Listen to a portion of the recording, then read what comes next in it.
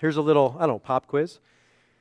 1932, on a peanut farm in rural Georgia, a little baby was born, and his name was Roosevelt, who would be called Rosie for the remainder of his life. He grew up, became a 300-pound, 6'5" linebacker, went on to the NFL and to the Hall of Fame. Who is this individual? No, it's not Richie. Richie only went on to Swampscott Football Hall of Fame. Rosie Greer, right? Everybody over a certain age knows it was Rosie Greer. Rosie Greer, part of the fearsome foursome, the 1960s. Who did he play for? L.A. Rams, of course, one of the greatest linebackers in history. And that's how many of you know him if you're over a certain age. But if you're under a certain age, if you came along the scene after he retired, like me, in the 70s into the 80s, you might know him from a kind of a different vantage point. How do most of us know him? Not as this fearsome linebacker, but as the guy who sang on Marlo Thomas's Free to Be You and Me. Remember that? What did he sing? It's all right to cry. And I just had to rewatch this YouTube video. You have to rewatch it. I reposted it on Facebook. Rosie Greer, right? Just see this, 1970s, big African-American, 300 pounds, 6'5", huge afro at the time, goatee, clear aviator glasses, wearing a pink cardigan with very metrosexual boots. I was into the boots. I liked them. And playing the guitar. He clearly didn't know how to play the guitar. And singing. He clearly doesn't know how to sing. And what was he singing? It's all right to cry, right? You know the song if you grew up in that era. It's all right to cry. Crying gets the sad out of you. It's all right to cry. How does it end? It might make you feel better. So this big, fearsome man who was a warrior on the football field is standing there in his pink cardigan singing It's All Right to Cry on this very PC and really soft kind of movie, Free to Be You and Me. He looks like a big softy in this, and he doesn't look like the NFL warrior that we imagine him to be, but the truth is he was a softy. This wasn't his another persona. This was who he was. This was his authentic self. When you hear about Rosie Greer, when you read about Rosie Greer, you start to realize that this was the real Rosie Greer. Because what was his other passion in life when he wasn't destroying quarterbacks on the football field? What did he love to do? Needlepoint. That's what soothed this man's soul. He was such an avid needlepointer that he wrote a book, or books on them, Rosie Greer's Needlepoint for Men, right? This was a man. This is a man. He's still a great man. He's a pastor now in addition to everything else that he does. He's still a great man. Why is he a great man? Because he knows who he is. And he lives by the mantra, it is none of my opinion, it is none of my business what your opinion of me might be. He didn't care about your opinion. He doesn't care about my opinion. He doesn't care about the NFL player's opinion of him. Everybody's too scared to voice their opinion, I'm sure, because he's such a daunting figure. But the truth is, he's a teddy bear. He's a gentle giant, and he is a true man, remarkable man on so many different levels. So what does this have to do with the Torah portion, right?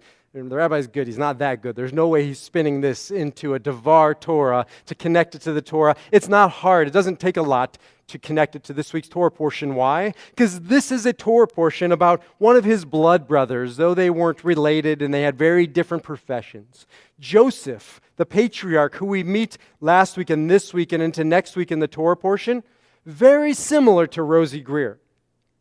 First of all, right, he had the Technicolor cardigan. That was Joseph's claim to fame. He wore that cardigan that was pink and other colors. What else besides that, besides his penchant for fashion that connects Joseph to Rosie Greer? It's very easy. Neither of them cared about what the outside world thought about who they were. None of them conformed by those pressures of who they were told to be. They each stood their ground, each in their own way. Joseph was a tremendous figure like Rosie Greer. Why? Because time and again, he voiced his truth. He walked his truth in life regardless of what other people thought. Remember when he had this vision for his brothers? He was a prophet. He was a visionary, a dreamer, and he shared with them that dream. They didn't like what he had to say, and they threw him into a pit, but he said it anyways because that's who he was. He had to be true to himself. Then he was sold off into slavery. Remember, his brothers put him in the pits to kind of as a holding area. They were going to kill him. They came back. He was gone. He was sold off to slavery. When he was down in the dungeons of Egypt, he continued to speak his truth. He had visions, and he spoke those visions. Actually, before that, he was called out to go work for a man named Potiphar. Potiphar put him to work and was gone one day. And Eshet Potiphar, Potiphar's wife, came home and tried to seduce Joseph. And he knew it was wrong, so he held out and he said no, and he wouldn't succumb. And ultimately, she framed him because of it, and she was upset about it, and she had him sent back off into persecution. But he didn't care. He said, right, this is who I am. This is how I'm going to live my life, and you're not going to get me to conform to who you think I should be. And so he went down to slavery again, and this time Pharaoh heard about him, the dreamer of dreams, and called him out and said, tell me my vision. Tell me your visions. Tell me what's going to be for me. And most people would have pulled some punches. Most people would have not spoken the truth to the most powerful man in the land, Pharaoh. Right? The last person who did lost their head. Joseph would, understandably, right, could have softened the truth, but that's not what he did, because that's not who he was. Joseph proceeded to tell Pharaoh the truth, and ultimately Pharaoh rewarded him for his truth-telling. A little bit later on, it kind of gets to the pinnacle of Joseph's journey next week. What happens? Joseph has been alienated from those brothers for decades, the ones who wanted to kill him. The last time he saw them, they had been preparing to kill him. So it would be understandable, right, if he would lord it over them. And he does for a while, right? He's working through his relationship with his brothers. They don't know who he is. They've come down to Egypt because they're starving up in Israel, and they're standing before Joseph. And finally, Joseph does what he does best. He comes out of the closet, right? And he says, Vayomer Yosef el Achav ani Yosef. Joseph says, standing in front of his brothers, I am Joseph, right? You tried to push me into that closet. You tried to get me to conform to who you thought I was supposed to be. But ani Yosef, he says, I am Joseph. You tried to silence me. You tried to mute my love of colors. But ani Yosef, I am Joseph. And this is who I am. This is who I am meant to be. You tried to kill me. You tried to kill pieces of me off. But ani Yosef, he says, staring at his brothers, I am Joseph, and no man, and no woman, and no thing, and nothing can or will deter me from who I was meant to be, from who I am, and from who I will be. And then what does he do? Like Rosie Greer, he breaks down and he cries. Why? Because real men and real women cry. They don't care what the outside world thinks. They don't hold back or restrain, right, those feelings, those emotions. They don't pack it up and put it away in the closet and only take it out when there's nobody else to see. Real men, real women, real matriarchs, real patriarchs speak their truth, and they live their truth, not in spite of the people around them, but especially because the people around them need to hear that truth, need to see that light, right? Need to see it shining out.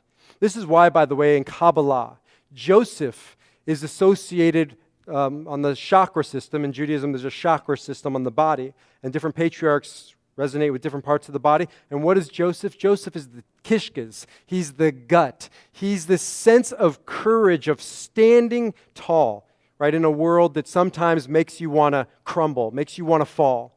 Abraham is a visionary. He's a warrior of the mind. And Isaac is a warrior of faith. And Jacob is a warrior of heart, but Joseph is a warrior of integrity, and he never wavers, and he never falters, and he always listens to his kishkas, to his gut, and he is always true to himself, no matter what people think. It's Hanukkah. Obviously, it's Hanukkah. Hanukkah is here. And Hanukkah is a very sophisticated, complicated story on the one hand, about the Hasmoneans, about the Maccabees, about the Greeks, and their powerful army trying to destroy the Jewish people, and this little band of brothers and sisters held out against the mighty Greeks. And they reclaimed the temple, and they rededicated it, and the miracle of oil and all kinds of other aspects of this holiday, which are important to understand, and an important aspect of our tradition to tell. But on the other hand, it's a very simple message. right? It's about what happens when bullies try to bully us into becoming something that we're not, when they bully us into becoming something they want us to be. This is what the Hellenizers were doing, right? The Hellenizers were bullying, these were Jews who wanted to speed up assimilation, who wanted the Jews to get rid of their identity, right? And they were bullying other Jews. And the Greeks came along and they bullied the Jews and they said, this is how you're going to practice. And you're going to hide away your Judaism and you're going to practice Greek culture and you're going to worship Greek gods. And this band of brothers and sisters, the Maccabees, said, it's not going to happen. This is who we are. This is why we're here. This is what we are meant to be. And that's what Hanukkah is about. It is about standing up. It is about speaking up. It is about speaking out. It is about being whoever we are, whatever we are, right? And it is about living our truth and why we are here and what we are meant to be.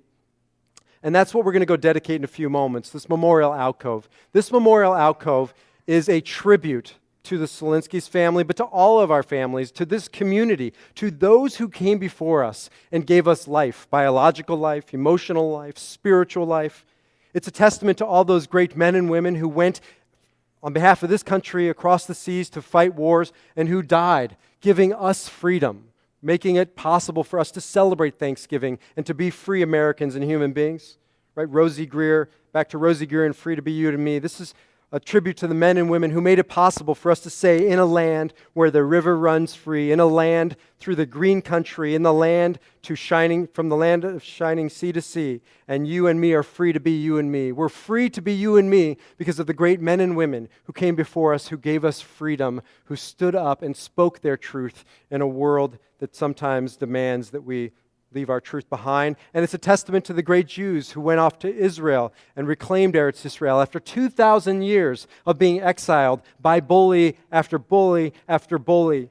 People who wanted us to abandon our tradition, to give up on the hope of going to Eretz Israel. For 2,000 years, great men and women held this to be the vision, and they saw it through. And in the 1948 war, and the 67 war, and the Yom Kippur war, they continued to speak up and to stand their ground. Great men and women who made it possible, and they're there in the memorial alcove for us to remember. And also the great men and women who were matriarchs and patriarchs, each in their own way, teaching us how to find our voice, teaching us how to find our light, inspiring us, right, to shine that light. We put the menorah in the window for a reason on Hanukkah. We don't leave it in the interior of our house. We don't pack it up and put it away in the depths of the darkness. We take it out of the closet and we put it in the windowsill. Why? Because the mitzvah of Hanukkah is to not only have light and to not only shine light, but to shine it out into the world, to open the closet, whatever closet you're hiding within, to open the shades, to ignite the menorah, to speak out loud and proud and shine your light from sea to shining sea. And so I wasn't sure if Cantor Alana was even born when this song came out, Free to Be You and Me, and I wasn't sure she knew it, and we didn't coordinate that. So instead, we're going to do another great song about identity, one that when it came out, people were questioning, but I found great meaning in this song. When all the other songs playing on the radio were Christmas songs, right? When all the other little Christian boys and girls had their songs, what did we Jews have? We had Dreidel, Dreidel, Dreidel. Not exactly a top 40 hit on the radio, but this one became a top hit, and this one we sing every Hanukkah. If you don't know the words, it's in front of you. A song that has made many of us feel proud when you're out on Black Friday. Have a little fun, sing a Hanukkah song, and join us. We're proud to be you and me. Put on your yarmulke, here comes Hanukkah. So much Hanukkah to celebrate Hanukkah. Hanukkah is the festival of lights. Instead of one day of presents, we have 8 crazy nights. When you feel like the only kid in town without a Christmas tree, here's a list of people who are Jewish, just like you and me. David Lear together, open your mouth. Lights the menorah. So did James Caan, Kirk Douglas, and the late Dinah Shora. Guess who eats together? The Carnegie Deli. Bowser from Shanana, and Arthur Fonzarelli. Paul Newman's half Jewish, Goldie Hawn's half too. Put them together, what a fine-looking Jew.